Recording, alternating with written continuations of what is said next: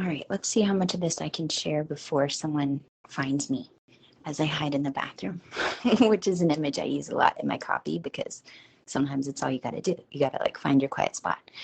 And what I wanted to share today are some thoughts on using our feelings of anger and anxiety as fuel for transformative action. It's definitely feedback. Look, I'm not a therapist. I'm not pretending to be. I encourage you, if you're feeling a lot of big feelings right now, one, to know that you're human, that you're not alone, and two, to seek professional support if and as you feel like you need to. There are affordable therapy sites and kind of collectives like Open Heart Collective. What's the other one that's always sponsored by podcasts? I'm forgetting it, but I will put it. BetterHelp. Yes, they even have commercials. We've seen some while we've been out here in Hawaii.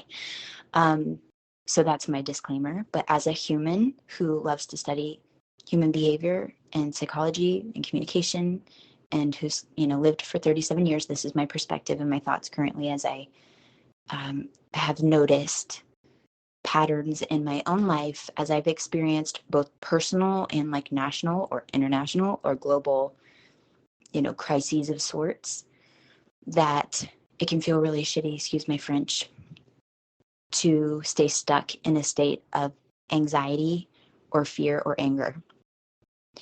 And you can start to feel really helpless. Like, well, what can I even do? The what's that story about the starfish where there's like all these starfish washed up on shore and then they throw, one back into the ocean. There's somebody who's trying to get him back into the ocean because for whatever reason they couldn't. And then the guy's like, well, why? Like, why bother? It's not going to make a difference. And then they put one more in the ocean and it's like, well, it made a difference to that one. It's just that sometimes I find whenever stuff can feel really big and overwhelming, I'm forgetting and I feel powerless because I'm forgetting that I have personal power within my control, things that I can choose and do and fuel to manage my own capacity to be able to support outwardly and to take action. And so, I'm thinking about like Hurricane Harvey. We had just moved back to our hometown and literally streets are being flooded and boats and people need their houses completely gutted and la, la, la. And I felt like, what can I even do? I felt overwhelmed. I was very like adrenal, not fatigued, but whatever the step before that is, like physically just couldn't do much, but I could share on Facebook, or share resources on Instagram and connect people. And then years later, I got this amazing DM from someone who was like, thank you so much for sharing that because you shared this link. We were able to get my friend's grandmother rescued or something. Like it was that intense. I'll find it or whatever. I don't know if you care that much, but I promise it happened. But it really shook me because I remember feeling a lot of guilt. Like, why can't I help more? Why can't I do more? Like I'm just this digital person planted here. But even that one little thing made a difference. And so I just want to remind you, whatever it is, whether you're going through something personal or you're really affected by what's going on, if you're in the States right now, but also, again, legitimately globally, things are happening and it's going to continue. And that's not a ticket out of participation to sit on the sidelines. So I don't mean it in a hard ass way of like, get in the game, like whatever. I don't mean that. But what I mean is please take care of yourself. Because we are all needed. So you being air quote selfish is actually the key to sustainable generosity. So whether that looks like taking a nap, washing your hair. Today was a hair wash day. All my kids are in the other room watching Netflix, safely nestled on the couch in the hotel room. But like I needed to wash my hair. Whatever the thing is that you need to feel to like recharge your battery, please do that so that you can be available to support in the way that you can and that you feel led.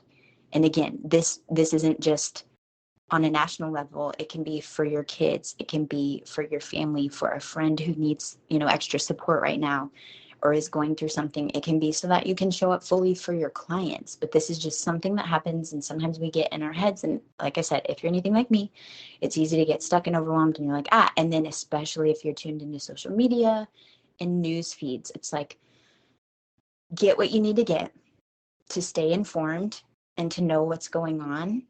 And then have a list, make a list, literally with pen and paper, if that helps you, or on your phone, make a list of actions you can take. Save the numbers of your senators and representatives. I have them saved to my phone so that I can call. It takes no time, or 5calls.org. Call and let my voice be heard. Vote when we have the opportunity to vote. That's on a political level, because policies are for people and by people. So when people are like, well, it's not personal, or business isn't personal. Yes, it is. Businesses are made of people. Corporations are made of people. Churches are made of people. So it's all personal as far as I see it. And so we have to take care of our persons, ourselves, and then by extension, inside out, everyone else in our own sphere of influence. And so that means we do have to prioritize. It's not a self-care, fluffy bubble bath situation, although if you need a bubble bath, go for it. It's literally because we're all needed. We're all here. Our souls chose to, in my opinion, be here at this time for a reason. So let's ride, let's rally, let's let this play out. Let's do what we can do within our own spheres of influence so that we can make the difference that we came here to make. And transforming your feelings, it's so powerful to have your feelings. Like, feel them. Don't suppress them. Don't bypass them. Like I said, get professional support if you need to. EFT videos can be really helpful in a pinch, or not in a pinch. I mean, I love EFT personally. So check that out. It helps, literally scientifically proven to help reduce cortisol and help you process the stress in your body. But there are so many layers of support. So what I'm saying is, again, keep this in your pocket for whenever you need it, whenever you're feeling stuck and frozen and you don't know what to do. Just like dial it back like a fishing line. Just wind it back, take that, rewind it back. What can I control to get my own battery charged, to get my own power up so that I can actually respond beyond my own self? Because again, then being the martyr and then trying to help everybody before you help yourself. I mean, we've all heard the oxygen mask. Let me just bring it back out. You got to put your own oxygen mask on first, because we can't help anyone else if we're burned out and out of the game. We want to be in the game. So it is your responsibility to take, it's literally your ability to respond. It is your responsibility to do what you can to manage your own self-support, energy, and support system so that you can show up for others in the way. Like, I think about, in my mind, I've been playing with these C's. I love alliteration. But to manage your own capacity, your currency, whether that's actual money and finances that you can donate and support causes, or social currency and your influence, your confidence to actually do it, your communication skills. I'd love to help you with any and all of those things. If you're looking for a coach or, a processing partner and mentor and someone who can walk with you and process all this with you, I would love to help you do that. So please reach out if you are looking for support in figuring out how you can increase your capacity and currency and confidence, communication skills, creativity, all of those things. All of those things matter.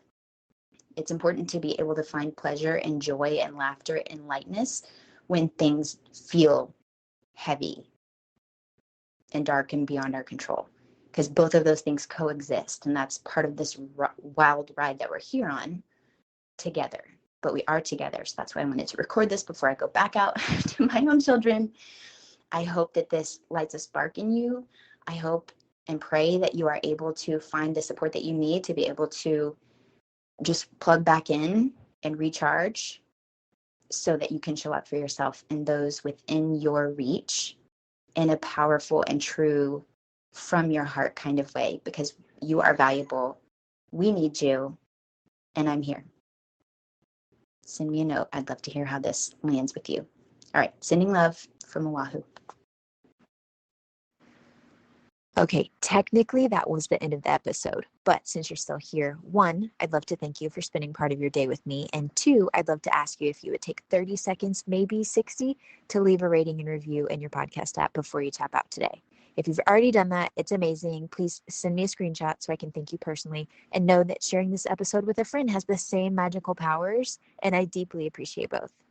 Also, in case you're listening to the end to see if I ever actually introduce myself, hi!